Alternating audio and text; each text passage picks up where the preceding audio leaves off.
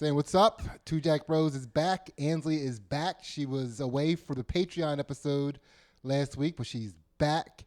It's going to be really hard because during the Patreon episode, Felicia sat in, another white lady. Mm-hmm. I had to convince the people that, you know, you weren't gone for any marital reasons. Everything was cool. You were just up visiting your mom. Mm-hmm. You come back with a new look, a short haircut. Mm-hmm. It's going to be really difficult for people to not be like, she did go get her groove back. What was wrong? What did you do, Sydney? What did you do? Mm-hmm. But you're back. We're back.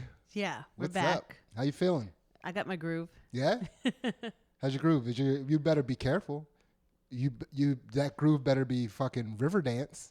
That's the only groove I can have. You cannot culturally appropriate grooves, Ansley.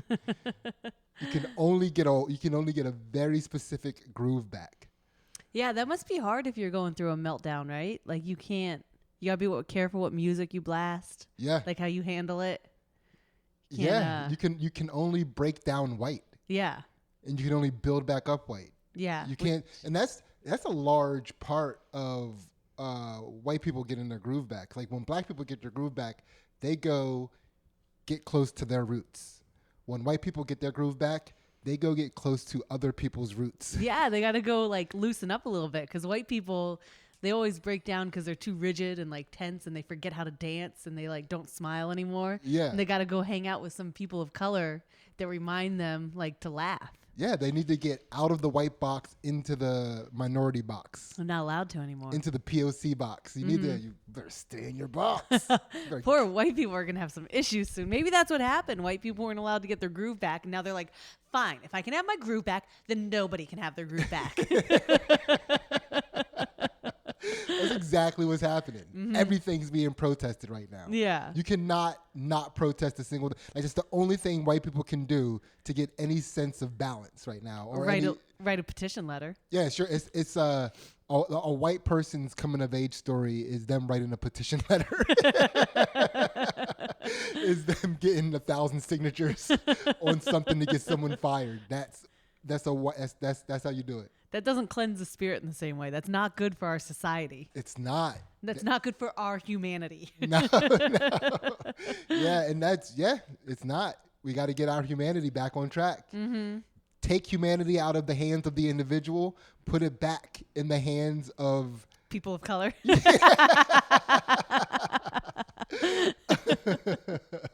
Oh man, starting off hitting the ground running as we do. What is up? It's man, so I want to give a quick shout out to I think Guy Patterson is what he uses as a Twitter name. His actual name is Nick. I don't want to give his full last name. I don't want to dox him. I mean, he's out there using a fake Twitter name, so maybe he's got important secrets to keep. Okay. Right? But he was the guy, the fan of Two Jack Bros and Shat Digital in general, who linked me up with a show. Like a fan got me booked on a show because somebody was looking for a person to host Comedy Fight Club, a gas digital production, right? And somebody was like, yo, Sydney's in the area, already doing comedy. He's already going to be hot. Get him on stage. I don't know if he said all that. But that's what happened. Yeah. Like, I was already lit from doing comedy, and then I got this show out of nowhere. So then I was, like, double lit. You know Nick didn't say it like that because Guy Patterson sounds like a white guy to me. Yeah, but I don't think he appropriated. He's a fan of this podcast, so he's probably appropriating a lot of stuff. Oh, okay. Like silently. He's like the silent majority at home. That's why the majority is silent right now. It's just a bunch of white people at home in kente cloths waiting to vote for Trump. I'm going to get my groove back. Dude, the silent majority is lit. I love the silent majority. I love them.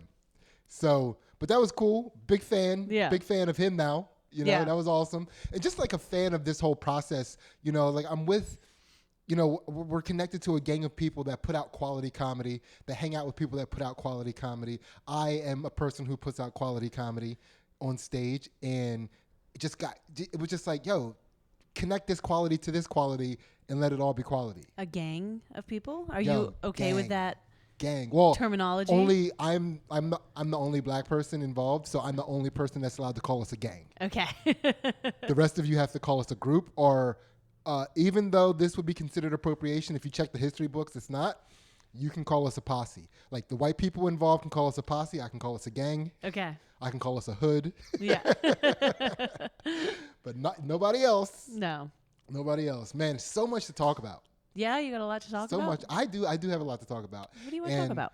I kind of want to jump on some of this stuff so we don't I had to, you get these lists of things that I create throughout the week, and half the times we don't even touch any of it. I'm like, what do I do with this list now? Mm-hmm. Now I'm just going to get put on an FBI watch list somewhere. For sure. But we're going in.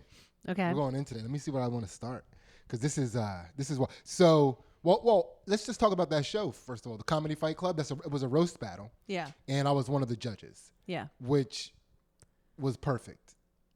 Especially just coming from doing stand-up. Now I'm already on fire. Sit down in this judge's chair. I had one joke that is probably going to be turned into a joke going forward. So there were these two roasters going against each other. A short black guy and a short nondescript Latino ethnicity. I don't know what he was. Like he almost had there were a couple jokes about him looking retarded. Mm-hmm. And that completely throws off the ethnicity. Yeah. Right? It's like, are you Colombian? What is that? What is that look? Yeah. Is that Cuban? What is that? Am I not even close? Is it Venezuelan? Are you Venezuelan? It was like something, it was either like he was like really Down syndrome looking or like really third world looking. Yeah. I don't want to Doesn't sound like any compliments coming out of you. I mean, it's I'm sure he fucks. He's funny. Yeah. Right? I'm sure he finds a way to get his. Yeah. But you're right, not a compliment. Descriptions aren't compliments, Ansley. I'm just trying to be objectively true. Okay. Right? So they were roasting against each other, and the nondescript Latino ethnicity said that the black guy couldn't touch the rim, right? The black guy confirmed, like, yeah, I can't touch the rim. So then it was time for judging. I was like, I'm really disappointed to find out that you couldn't touch the rim. That's really sad. And I've been tracking all of the black people at this show. And I'd like to speak for the other 3 black people at this show. And you can check with them afterwards. This is a fact. They know, I can tell by looking at them that they know this for a fact.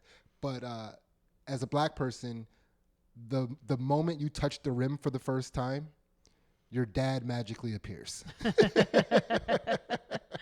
Well, I mean, there were also jokes about him never seeing his dad. So it was like, it worked. Yeah. I told it a little out of order, but it's still funny. Yeah. It's still funny. So that was a good time. I expected to hear a little more slurs because it's Gas Digital, and they're edgelords as a group of performers and fans. They like to push things to the edge. They like to really, they're anti-PC, I guess is a great way to say it. No real slurs the whole entire night. I don't feel like anti-PC people are big on slurs unless they really fit the moment. Like, I don't think people that are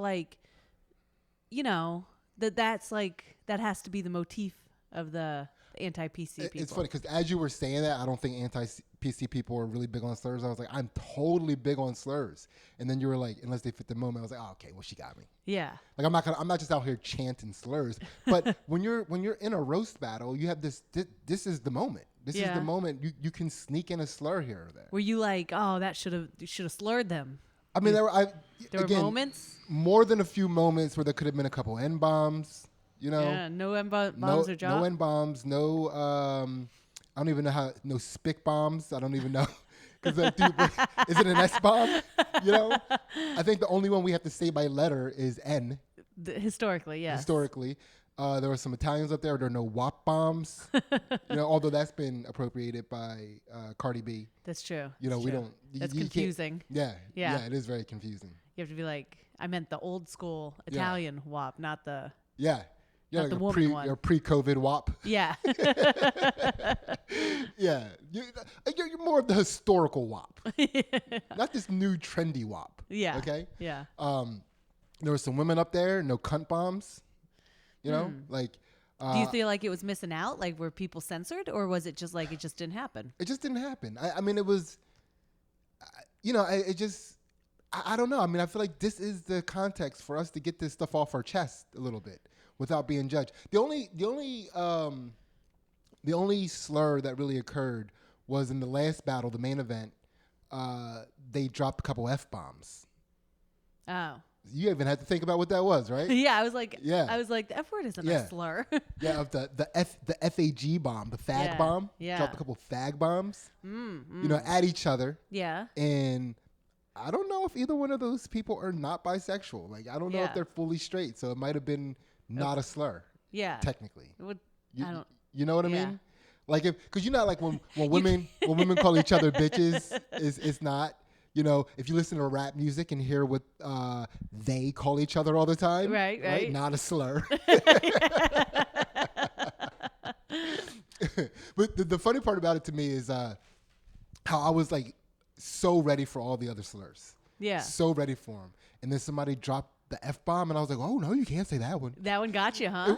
It took me off guard. Yeah. Like, that is the only one for me that comes with a context of like, you better be careful. Yeah. You know, like it's from growing up. Yeah. Like, growing up in my neighborhood, the F-bombs were jacked.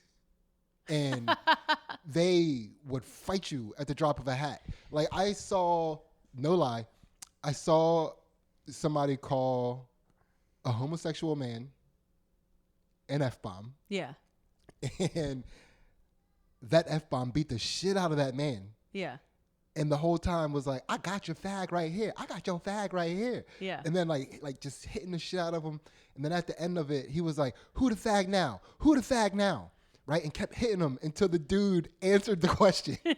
Like, How do you answer that correctly? He had to say me? He said, I am. Okay. Which because was like, I don't. dude, that was probably one of the most, how do I say, demoralizing losses of a fight that I'd ever seen in my life. Is that, you think that was a product of Pottstown? Or you think that was a product of, like, was that happening in every town? Dude, I just think, you know, if you lift a certain amount of weights as an F-bomb, you're doing it for a reason. Yeah. Right? If you're like, especially back then, like Yeah. now they're all jacked Yeah. because that's what they need to be to dance all night. You know, but back then it was a matter of like, I need to build up an armament to protect myself. Yeah.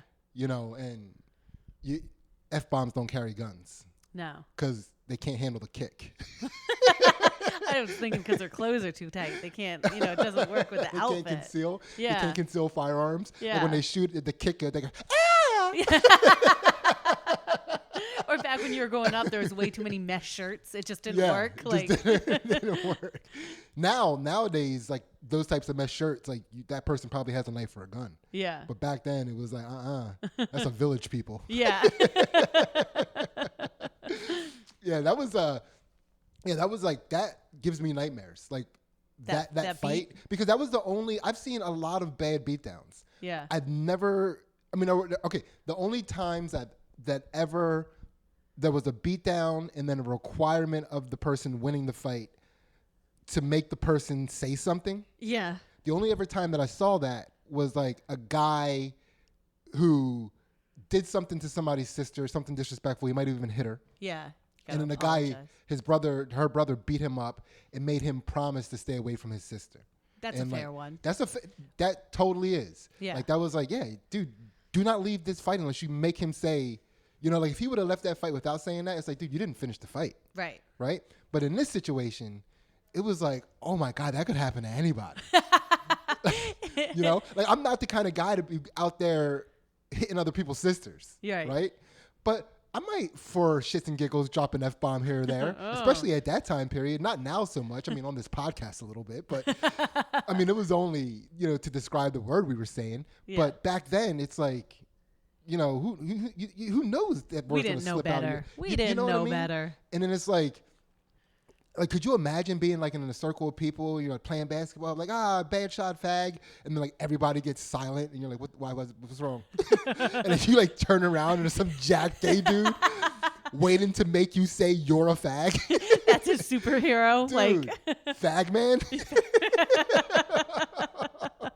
God, you never know where he'll be. Never. Terrifying. It's terrifying. So yeah, when I hear people say that word, I'm like, oh my God. Man here. Be careful, guy. Like, I'm not going to be able to stick up for you for this one, man. Like, I'm out of here. I'm out of this one. This is all you. This is all you.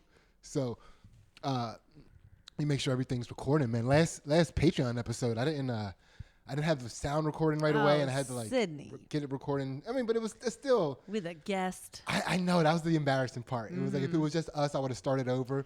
But Felicia was in the middle of telling this story that 100% proves that she's autistic. About, dude, it's like I don't even know how to give it away. Here, listen, go to the Patreon. This story will blow your mind. It involves coming into a bottle of shampoo. I'll just leave it at that. Right? Ew. But it's like maybe it did happen, maybe it didn't happen. Yeah. The story is insane. Why did Felicia do that?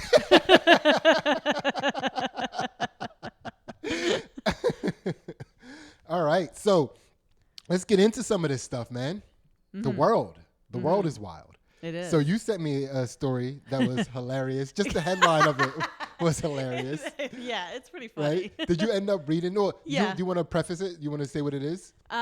So a professor at Southern California University. Yeah, University of Southern California. University of Southern California is put on leave Yeah. because he is a professor of like communication and like he teaches people how to interact with other people, and he's like renowned for it, and like the best World renowned for it. yeah. Globally renowned for communicating. Yeah. For helping people learn how to communicate to each other. Yeah, like he's put their college on the map with his ability. And he was teaching a lesson about saying and Filler words. and how you shouldn't do them. And he used an example that is used in the Chinese language. They use a word that translates to that as their filler word. And this, do I say? I can't say it. It canceled him. So that in Chinese sounds a lot like the N Bomb. The N Bomb. But not at all. But maybe a little. But it's a different language at the same time. So is that wrong? Right? Like if I'm saying the word black in Spanish, I believe it's negro. Negro, right? yeah. That's very close to the term Negro, which actually is what the ethnicity of a black person is. We're not black. We're not African Americans. We're Negroes. Yeah. Of the Negroid race. Are you sure you should be saying this? It doesn't feel right. You're making me uncomfortable. That's 100% what it is. That is the actual term. But when you say it, it makes white people's butthole pucker, right? But that's what we should be saying. Yeah. That's what I am. I'm a Negroid. Negro, you know? I like Negroid because it makes me sound like a cyborg. Yeah, you're like a black android. I'm a black robot, basically. I'm a Negroid. So, but the word is spelled NEI space GE, right? And it's pronounced nega. Yeah, you say it. Right? So, and then the blacks, then tell what happened with the black students. The black students felt that they were made to carry an emotional burden for having to be in this class with this teacher that was using this word that reminded. Well, they wrote a petition. Yeah, these black students got together, wrote a petition. They were with the help of a white woman trying to get her groove back. Yeah, about how this made them uncomfortable, and instead of taking this class, they weren't going to come if he was going to be the teacher anymore, and so the school put him on leave and is having somebody fill in for his classes. They were traumatized. They were emotionally traumatized by his use of this word, so much so that they couldn't take their tests or whatever it was. Like they just couldn't even come. And then people started accusing him of years of microaggressions. Yeah. Years of microaggressions. He'd been using this example for years. Yeah. And he was given this example by Chinese students. Yeah. You know, a long time ago. And he's been in China, and he was like, I'm using the pronunciation that I learned when I was in China, in this part of China. I understand there may be different parts of, pronunciations from different parts of China, but like. And he handled it like a grandmaster communicator. Yeah. But it doesn't matter how well you communicate a truth right now. Right. Because they were emotionally scarred. Yeah. They were emotionally scarred. It's like, you're canceled, dude. Take your tweed jacket and your fucking corncob pipe and get out of here. Because he's that type of guy. Yeah. Which is hilarious to me. Because here is this is the how Google Translator pronounces it. If you can hear from where you are, I think you'll enjoy this pronunciation. So here we go. 内阁 One more time. 内阁 It sounds so rude. That sounds so rude. It sounds like a Chinese person who just moved to America and needs to let black people fucking know. I just recently read somebody's Facebook post and they were talking about how people in China are so racist. They were like, people in America who are upset by all this need to travel. Like, China is the most racist place. Now I'm like, maybe China's not so racist and they just don't know what they're saying. They're just not articulate in their own language, right? It's just a bunch of that. It's just filler words. Yeah. It's like their filler words are nega, kun, ta baby. Dude, I was like cracking up. Like, before I even read the article, before I even knew what the potential word was, I just imagined like this guy being like dragged out of his classroom, kicking and screaming, like wearing his tweed jacket, with his pipe in his hand and his monocle, screaming, "It's a tonal language." Yeah. It's a tonal language. It's like, my pronunciation was actually really good. I know. He's so like, that's what he's so insulted about with this whole thing. Yeah, He's because like, he probably fucking nailed the pronunciation. Yeah. He probably absolutely 100% nailed it. yeah. And he was including it because he wanted to include examples from different cultures in America. Like, he had this in there for a reason, to be inclusive and have diversity. And it like... Nigga. Can you imagine the kids, like, so they like, it's said, right, in class, and black kids are like, or whoever, everybody in the class is probably like, Yeah. And then like the black kids get on the phone afterwards and they're like, dude, was he just, I don't know, but like, how did that go down that they were like, yeah, let's petition? Like, how is everybody not in that classroom cracking the fuck up? Right. Yeah. Laugh at this. What is wrong with people? This is insane. Because this is a word, they're emotionally scarred by a word that sounds like another word that people used historically to make them feel like their race, belittle the race or whatever, right? So we can't have words that remind us of words that are offensive in society. Like, Insane. Is that what we want? So when we were in college, I was taking one of my economics classes. We were speaking about, I'll never forget, one of the professor was going on about one of his favorite economists from Chicago. Like, there's a Chicago style of economics that he's a particular fan of. And the guy that he was talking about, his name was Harold Johnson. But he went by the name Harry Johnson. And he's like super passionate about this man's work. About Harry Johnson. And he's saying his name like every 10 seconds. And I am fucking losing it. Yeah. Like, it's like, dude, I am like, you know when you're like stifling, like, again, like if I was laughing, I probably wouldn't have had this physical reaction, but because I'm holding it in, like my eyes are just tearing. Yeah. Like I'm just like the whole entire time. And these two girls are sitting on either side of me, looking at me like, oh my God, you're so immature. I remember you telling me this in college. It's just like, how are they not laughing? Like, they hated me for the rest of that semester. Like, I was immature. Like, they were annoyed because they couldn't focus on what the teacher was saying because of the outbursts of laughter that I was having. The professor knew it. Like, he was like purposely not looking. It was like one of those round table classes. He was purposely not looking at me, so he continued to say it. And then other people in the class started kind of laughing about it. And these future Karens were just like, ugh, how dare. It's like, that's what I imagine the classroom was full of. Yeah. It's like, really? That's what we're making students into these days? Like, we can't. They can't laugh at something? We can't. Come on, can't that's laugh hilarious. at anything? That's hilarious with this nigga. Because he probably was doing all the facial stuff to make it work. Like, he had to. Yeah. He's a grand communicator. Yeah. He had to be doing that stuff. Yeah. Like, you can't speak a tonal language without doing the tones. Yeah. And because we are here in America, our faces are not physiologically conditioned for these tones. So you got to really go after it. You got to really go after it. You can't, nigga. It's like your eyes open wide and closed. And like, it's like a lot of stuff happens. A lot of stuff happens. It's a tonal language. There was all those meetings, like, because did they say the word that he said? Because it's just Yeah. a Chinese word, right? Yeah. So did they say it in the meetings, or were they like the Chinese word that you spoke that begins with the N? Like, Yeah. or did they like not say it because saying it would be It's offensive? the Chinese N Bomb. So when you were saying the Chinese N Bomb, that's because.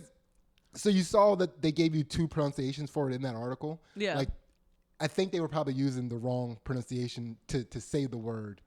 You know, they were probably saying naga, not naga, Yeah. instead of nega. Yeah. You know, so basically it's the way you were pronouncing naga. And it's like, dude, that's a whole different word in Chinese. What are you talking about? Yeah. It's a tonal language. God, that was my favorite story of the week. Poor man. Like, there was nothing better than that. No. Like, that was it. Like, that is like this guy who literally has made his living communicating, being heralded as somebody who can communicate grand concepts and get other people to communicate more fluidly and eloquently, taken out for one of his examples of poor communication. Yeah. Yeah. Man, dude. It's a shame though, really, because like he is, as far as I understand, an expert in his field. Yes. We're taking him down, Yes. right? Once again, a white man in academia trying to do his thing, taken down by a nega.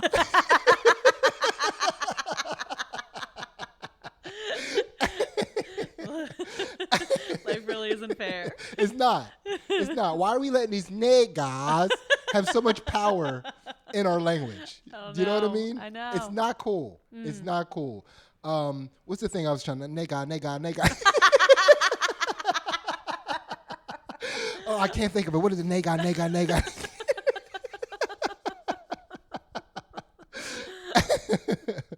Yeah, I'm what's up? 2 Jack Bros, ladies, gentlemen, what is up? Man, this is a great atmosphere, right? You feeling this atmosphere? Yeah. I'm an atmosphere man. That's the other thing that I wanted to talk about. Like, I'm an atmosphere man now. Yeah. Not now. So I've always been an atmosphere man, and I'm starting to really just kind of like project that and conduct myself as if that is the case. Yeah. Right.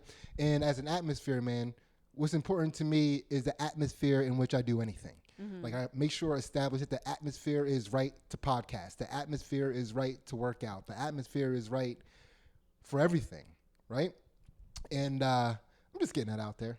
Okay. I feel like atmosphere is really important. I'm sorry if I was being quiet, because all I was thinking in my mind is ways to use this against you. Yeah. The atmosphere man? Atmosphere man, yeah. Yeah. Because there are certain atmospheres that women like for certain activities. Yeah. And I don't think you've applied yourself to those certain situations yet. Well, I definitely. Well, here's part of the problem too. I'll go back to our professor. It's like, dude, you gotta be an atmosphere man. Like, if you're a communicator, Yeah. which I consider myself to be, Yeah. atmosphere is super important. You have to understand the atmosphere, and if this is a comfortable atmosphere, is this the right atmosphere to say nega? You got to know that. Yeah. So even though I stand by him 100%, he should not be canceled. He should not be put on any sort of leave. Those students should stop acting like children. They're about to be adults in the world. Yeah. You know, conducting themselves in the world. You cannot. You can't have your whole day ruined every time a Chinese person can't think of what to say. Yeah. You know, you know what I mean? It's just like nega. You can't. That Yeah. can't ruin your life. No, right? we're like creating professional victims. Exactly. That's what we're like raising children to be. We're like, you're going to be the best victim. You can sue the most people. You can, write the most petition letters. It's like, no, stop it. We don't want that in the world. That is the atmosphere we live in, though. Yeah. That's his fault for not recognizing the atmosphere. He Yeah. should have made an on-the-fly audible Yeah. in that situation. He should have went with Kun. It's like, it would be funny though if it's like that, or they're like give me a second was like cracker cracker.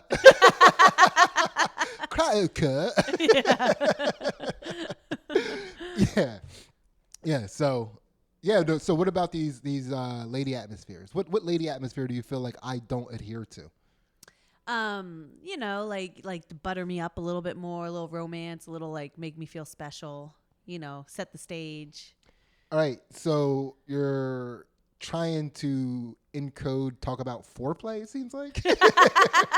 Which is like, again, we don't have a problem. She did not have to go get her groove back last week.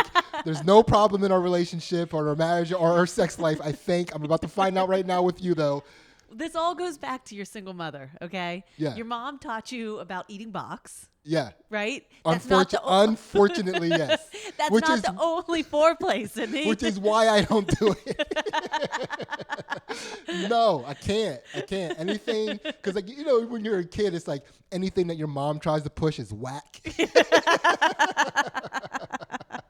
All these whack motherfuckers out here eating box. What's wrong with these whack motherfuckers? Man, all these mama boys eating box. What is wrong with these mama boys? I'm not a mama's boy. I can't help it. I can't help it. You got a real man. All right? You got a real man. Yeah. Yeah. So, okay, I get it. I get what you're saying. Okay. I'm hearing you loud and clear. Okay. I will make sure that I try to butter you up so you don't have to go away and get your groove back and come back with a short haircut, demanding other types of foreplay that my mom didn't tell me about. Like, this is going to be a tough one, man. I'm going to have to figure it out on the fly. We're going to be like in a sexual situation, and I'm going to be like, nega, nega, nega.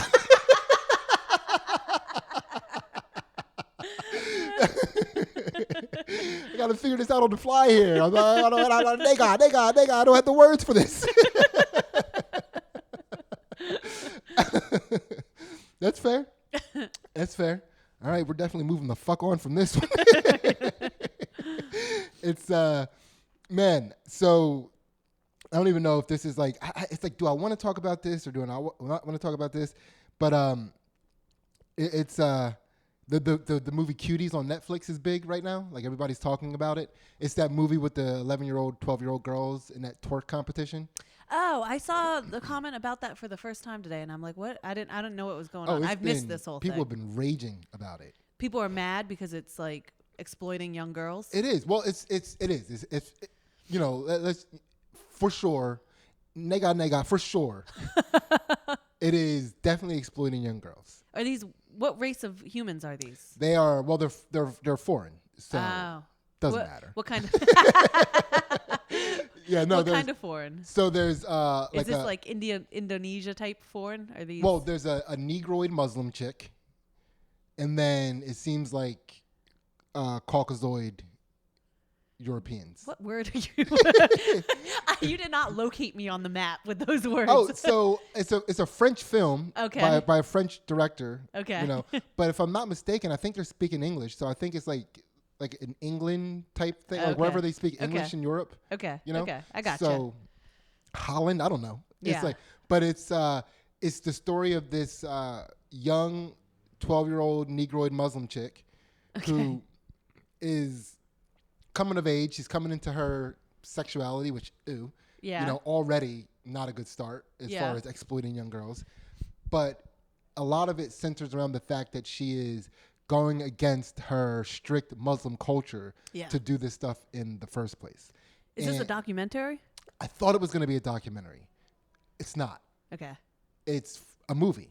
Okay. It's a feature film. It's a fictional movie. Yes. So it has this little girl sneaking away. She finds this little crew of girls that are like about to enter this dance contest, but it's a twerking contest. Yeah. So she's like finding herself through twerk throughout the whole entire movie for the most part. Is it wholesome? How can Is it a wholesome story of twerking? I mean, you just look at they're in like little tiny clothes, like little, basically bikinis. Yeah. Twerking, gyrating their 11-year-old crotches. And again, I didn't see the movie. I saw the trailer. The trailer was a little like, God. Enough, yeah. And then apparently in the movie, like when these girls are doing their twerking stuff, there are a lot of like camera zooms on crotch. Isn't this what we know about French people, though? Like they make us sexually uncomfortable. Yeah, but as adults, they're not. Like didn't we all watch 13 though? Like, but 13, you didn't. 13 was an American film. Yeah, but that was way. I think that was way better done. It was at a different time, but I don't think they went into actually having the character actor do things that would be considered exploitive, right? So this is like you guys shouldn't have even filmed this. Yeah, because it goes back to that thing that I always say. There are a few things in this world that you cannot pretend to be. Yeah. Right? Like you cannot pretend to be a stripper. Yeah. Like no matter what, it doesn't matter what the context is. Yeah. You're stripping. Yeah. That's just what that is. If you're taking your clothes off and people are throwing money, it doesn't matter if it's a joke. You can't be an actor stripper. You can't. You're not acting, even if it's on a film set. Right. And this is the scene that you're doing. And music is playing, and you're dancing, and you're taking stuff you're off. Tell and J-Lo this? Or other actors throwing money at you. It's like you're a fucking stripper in that moment. Okay, Dad. Dude, it's impossible. It's an impossibility. Yeah. Right? It's an objective. Like you can pretend to be a doctor. Mm-hmm. Remember that Negroid in Georgia that was like 16? Stop saying that word. Your problem. He was like 16 or 17 and he was pretending to be a gynecologist. No. You don't remember that? Is it in his garage? No, it was like going to a place. Maybe he was doing at-home visits. It's like iVag. Yeah. It's like an app. Yeah. Like, I'll come to you. Yeah. Or Uber Eats, but I don't eat box, but no big deal. No, I'm moving on from that. Okay. But yeah, but these girls are in the movie. Now they're trying to say that the movie itself is commentary on the exploitation of young girls. Right. I understand that position. But if you actually have 11, 12-year-old girls doing the things that you're saying are exploitative when it happens to them. Yeah.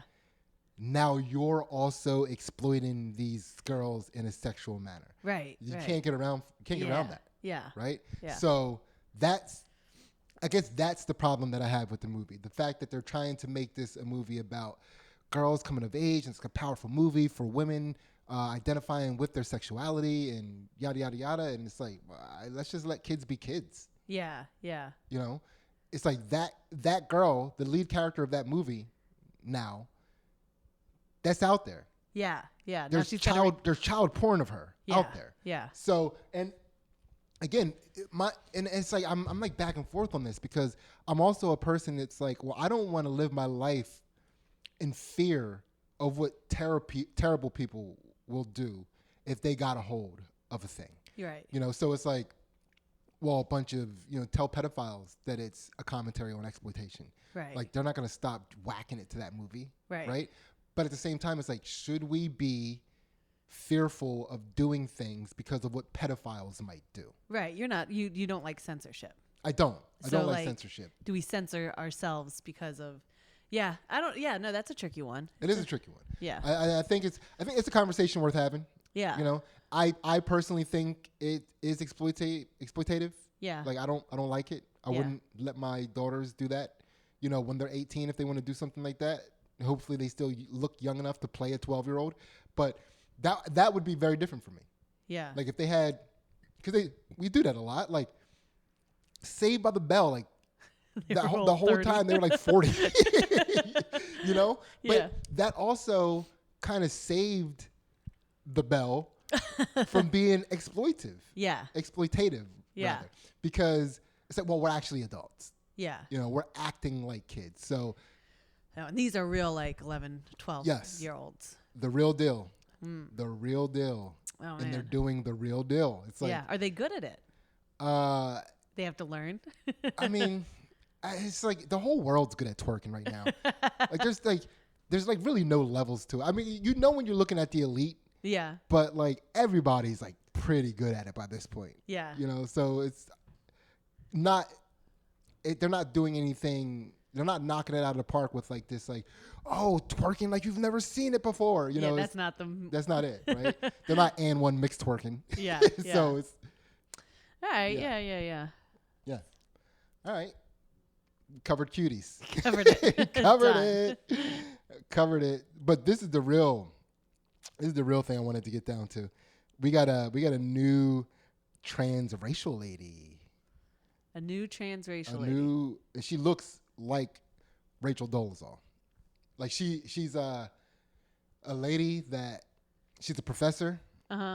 and she had been living life as a black person her whole entire life. She's been claiming different types of black. Oh, okay. But she's like a Jew. Yeah. Yeah. Yeah, it's awesome. Tickles you, huh? It does. It does. It tickles me like no other. Because what annoys me about it is when these people get uncovered and then they look at the picture of the person and they're like, come on, how was she fooling anybody? Right. And it's like, you mean like my son? Yeah. Like my son who is lighter than this woman? Are you kidding me? Yeah.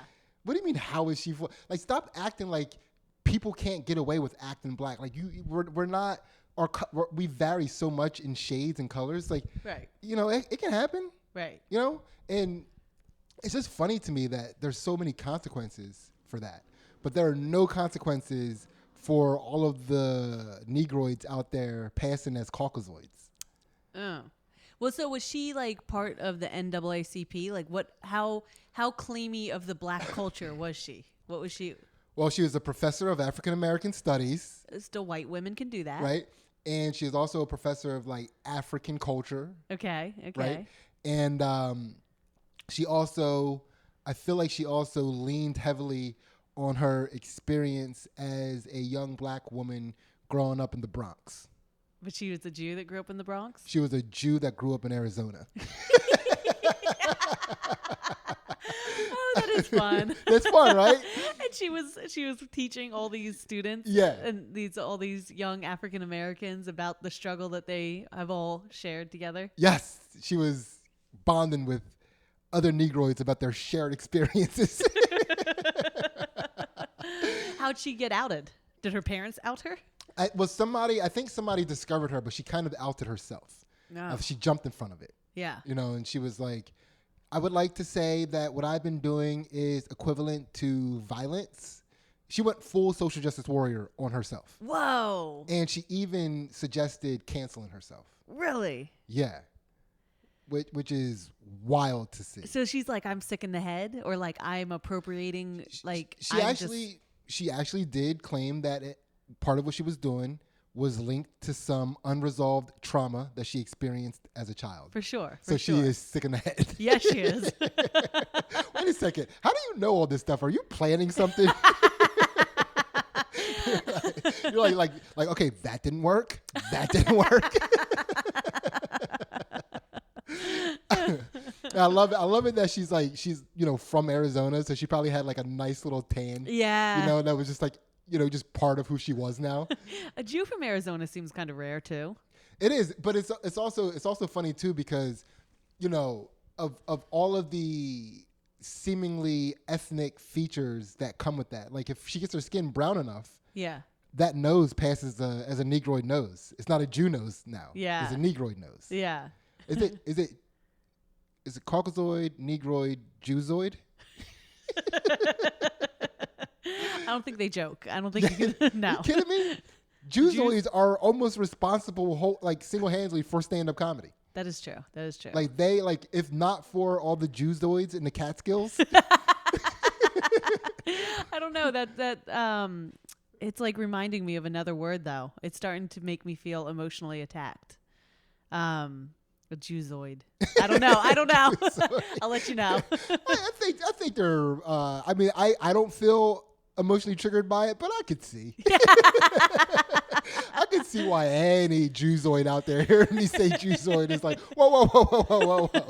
But also they would be like, I don't, nigga. I know I don't like it, but I don't, nigga. I can't put my finger on why. Oh my God. Yes. I can't wait to look at pictures of this lady and find out more about her. Yeah, she's hilarious. What did she go by? I don't think she changed her name. No? No, she didn't change her name. Let me see if I can find her. You asked some more questions as I'm looking for her. Did she wear the ethnic garb? Did she do change up her hairstyle and everything, or did she? Well, she had that Jew hair. She had that Jewzoid hair. Yeah, that curly Jewzoid hair, which can for sure pass as like a biracial zoid. Yeah, you know. So yeah, she was hard. She was hard. I think it's Jessica Krug. Jessica Krug. Yeah. But they didn't. Have they not? They haven't decided to cancel her yet. Like we don't know what to do with her as a society. Like I don't know. I don't know what we're doing. So this is what she looks like. Jessica Krug. Take a good gander at Jessica Krug. That's her selling her book about life as an African American in the United States. her dress is definitely some ethnic pattern on it. Like oh, she definitely like kept look at those it hoop Puerto earrings. Rican. Yeah, she definitely kept it slightly Puerto Rican the whole time. yeah, she did. You know, that's how you do wild. it, right? That's wild. Yeah, Jessica Krug. Oh man, I wonder like you know that she's a little sick in the head because like that imposter, like she's the top of her game, right? Like she's a professor, she's doing it, she's living a good life, but she's also like she knows she's a Jew from Arizona. Like what are you doing? Yeah. Oh my God, I would if I could just be in the mind of a person like that for one day as they go through their life doing all of their black shit. What do you think was the first time she was like, I was raised in the Bronx? Like, you know, like she had to like how like she moved and like when she moved, she was just like changed her story or like it happened on an application. Like she was just like, I really want to learn more about the African Americans. And she went to college. She just kind of like left her true history behind. So I'm piecing it together because I've had a couple opportunities to be trans ethnic. Right. What do you mean? So when I was doing colleges up in the Northeast in New England, right? Like the further I got up north, the more different people would ask me if I was from some sort of Caribbean island. Right. And even my accent, even the way that I talk contributed to why they thought that. Not just white people, black, Africans, like people that were like from Africa going to these schools. I could see that. You get a little bit more autistic and you sound like a Caribbean. Yeah. So I'm wondering if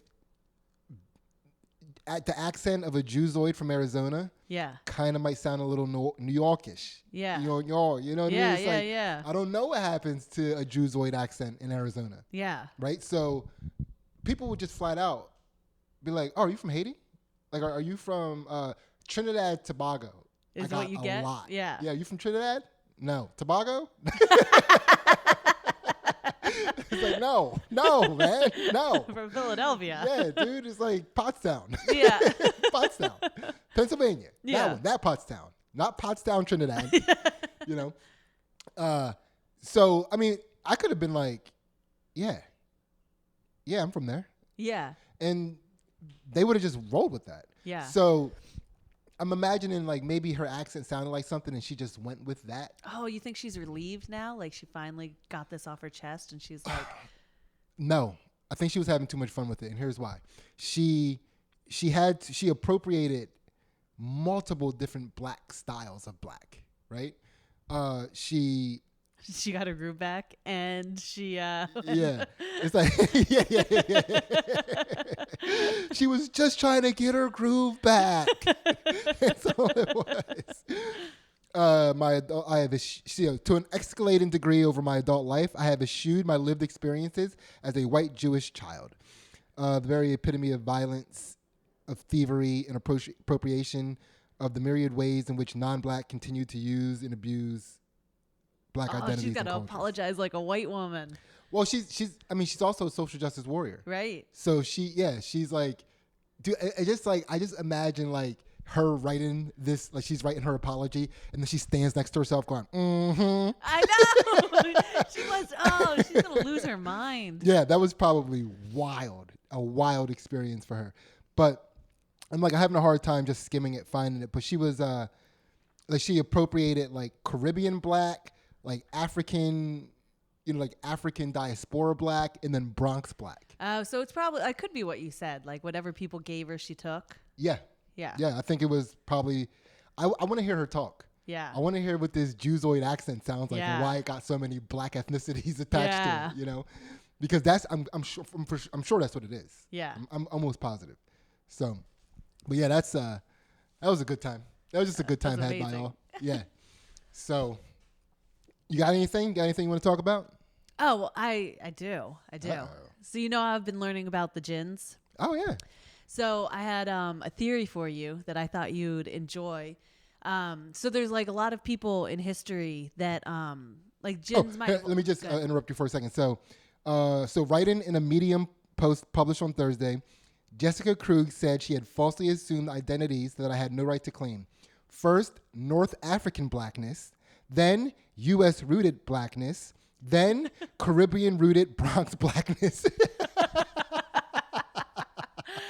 Oh man, I know they're like totally different cultures, but I love that it's like like that she has to apologize for appropriating each one of these individually. That she went from like kente cloth Yeah. to, well, she ended with hoop earrings. We know that. that was the Caribbean rooted Bronx blackness. That was probably the most fun for sure. Yeah. Because like you can have a lot more freedom with that, right? Because in the Bronx, there's so many cultures, and if you're Caribbean, you definitely got her groove back. That woman was dancing, yes, and wearing hoop earrings. Well, that actually poses a really good question that only she can answer. Which blackness is more fun? That is a good question. Which root of blackness is more fun? And I'm thinking you're right. I think it's the Caribbean-rooted Bronx blackness, because as long as it's not rooted in the U.S., you can enjoy your life. Mm-hmm. Like if it's rooted in the U.S., you have to be angry a lot about a lot of things. Right, yeah. Like that probably sucked. And North African, that doesn't sound too much fun. Nah, because people just expect you to work really hard. Yeah. Long hours with no respect. It's like, she's North African. She's a hard-working African immigrant. Yeah. It's like, I'm not that. So, yeah.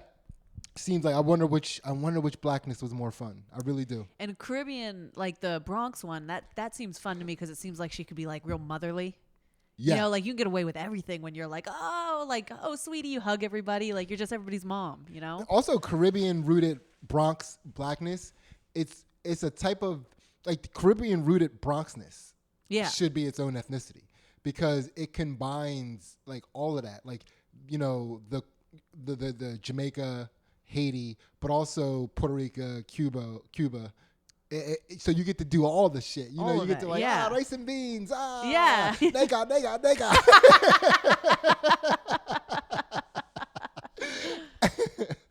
All right, teach us about these Djinns. Okay, so they, that some of them are also considered demons. Well, just like recap what Djinns are really quick. So Djinns are like pretty much the most. Did you say Did you mean?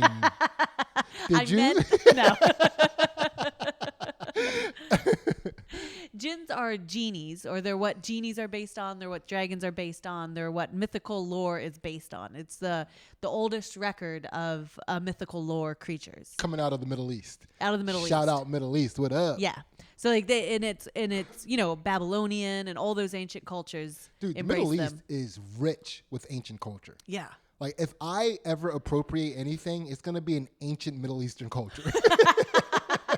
Like something that, like a language that doesn't exist anymore, like something with a dead language, but also with all my still same opinions about women. I'll find it. Oh yeah, I bet you will. I'll find it. It's there. So like I thought it was really interesting because this is like pre any religion that we still hold on to. So it's like pre the Bible and pre the Quran and pre all those things.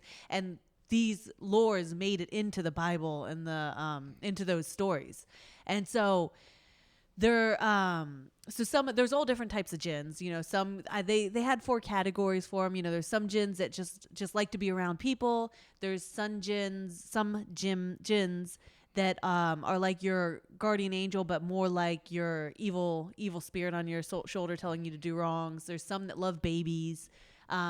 But there's some that are also demons and, fell from the earth. And like they, so angels could also be a form of folklore that came from Djinns. Okay. And oh no, I said it. Yeah. Oh, dude, this is like now that's going to get you to stop saying filler words. Yeah. He's a great teacher. He is.